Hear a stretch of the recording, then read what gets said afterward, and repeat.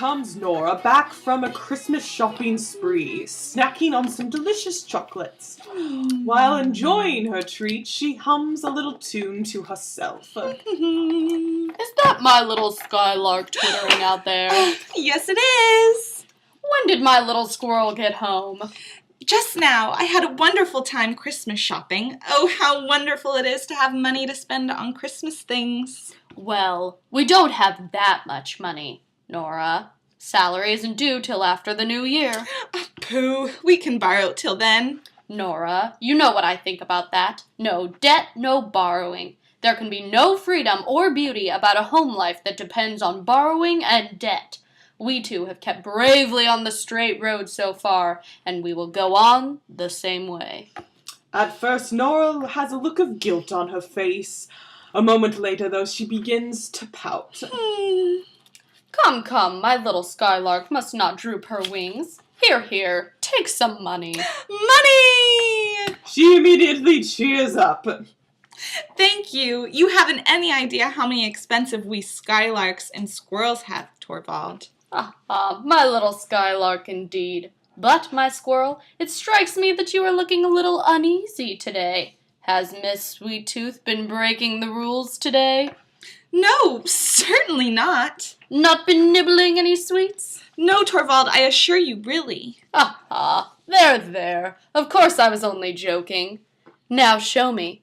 Did you buy anything? Now, Torvald, you can't see what I bought till Christmas. All right, then. Keep your little Christmas secrets to yourself, my darling. They will all be revealed eventually. Torvald leaves the room. Nora's look of guilt returns. But why so guilty? Go on, narrator. Tell them my tale. Well, a few years back, Torvald fell dreadfully ill, and the doctor said it was necessary for him to go south. To Italy. The trip cost £250. £250 that Nora and Torvald didn't have. So, as it was an emergency, Nora sought out a lender and borrowed the money. But I couldn't tell Torvald that I borrowed the money from another man, so I told him that it came from my father's inheritance. Her father was on his deathbed at the same time, but in order for Nora to borrow the money, a man had to sign off on the loan. Rather than worrying her father with the matter, Nora forged the signature. Yes, and that's that. The point is, it was I who saved Torvald's life. It just so happens that I still haven't quite paid back all the debt. The phone rings, and Nora looks uncertain and worried as to who this caller could be. Oh, who's this? Hello, Nora, it is I, Krogstad. Nora lets out a gasp. I'm sorry to bother you. I did not mean to frighten you. But may I have a word? I don't know what you need to talk to me about, but Torvald is not home. You know it's not Torvald I wish to speak to. You know why I called. So, are you going to help me? Yes, I promise you that I will repay all of my loans as soon as the new year comes. Now, will you please leave me alone? It's too late, Nora. I will send Torvald a letter right away, telling him all about your schemes. Nora hangs up the phone and is reeling at this point. She is also shaking. Oh, Lord, what will I do? Torvald comes in to see why Nora is so upset. Who were you just speaking with? Oh, no one. Nora, who were you speaking to? Oh, it was just Krogstad. Why on earth would you speak to that awful man? You know he forges signatures and is an awful man. Nora gasps. She hadn't known that Krogstad committed the same crime he was now blackmailing her with. People like him should be put in jail for forging signatures and acting in such terrible ways. They corrupt society and pollute everyone around them. They ruin children, destroy family values. Don't you speak to him again. People like him should be punished for their disgusting actions. Ha! Nora feels guilty for what she has done and looks away in shame. A letter comes. Krogstad's letter arrives at that moment. Oh, no. No. It will be all right. A wonderful thing will happen. A terrible, wonderful thing.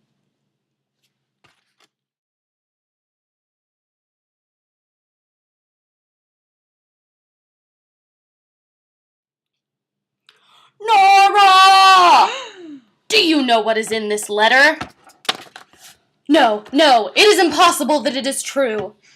It is true. I have loved you above everything else in the world. Do you understand what you have done? Yes, I am beginning to understand thoroughly. What a horrible awakening! All these 8 years, she, who was my pride and joy, a hypocrite, a liar, worse, a criminal. All I have ever done is for you, and this is how you repay me?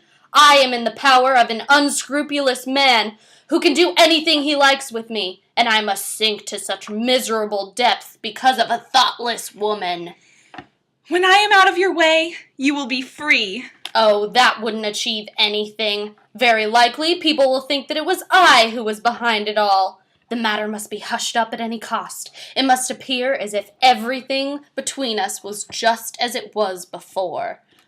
From this moment, happiness is not the question. All that will concern them is to save the remains, the fragments, the appearance.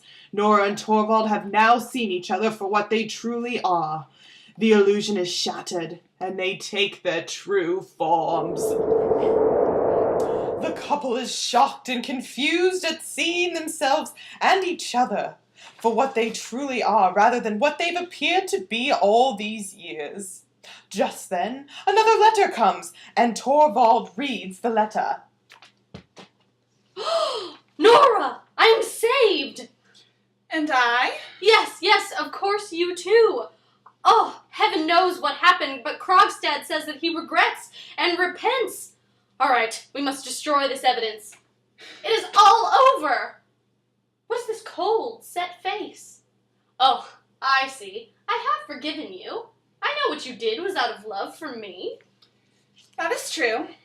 And thank you for your forgiveness. But you and I have much to say to each other.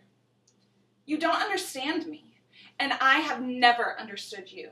That is, until tonight. This will be the first time we've had a serious conversation. I don't understand. I have been greatly wronged, Torvald. First by Papa, and then by you. You have never loved me. You've only thought it pleasant to be in love with me. My father used to call me his doll child, and he played with me as though I was a doll. And then, when I came to you, you treated me the same way. Our home has never been anything but a playroom, and I have been your doll wife, just as I was Papa's doll child. That's what our marriage has been, Torvald. And I must stand quite alone to understand myself. I cannot remain with you any longer. What did I do? It was tonight, when the wonderful thing did not happen. And then I saw you were not the man that I thought you to be.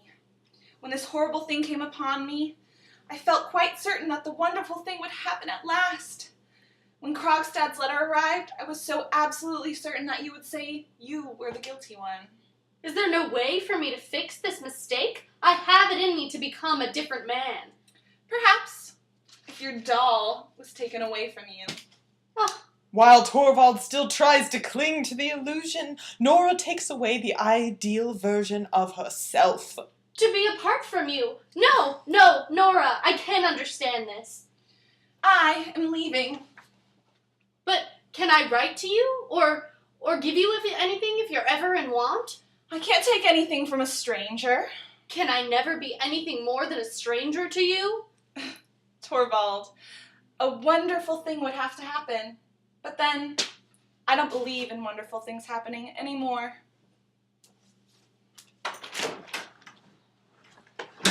The end! Hiya, Bobby. Hi, Ken. You want to go for a ride? Sure, Ken. Jump in.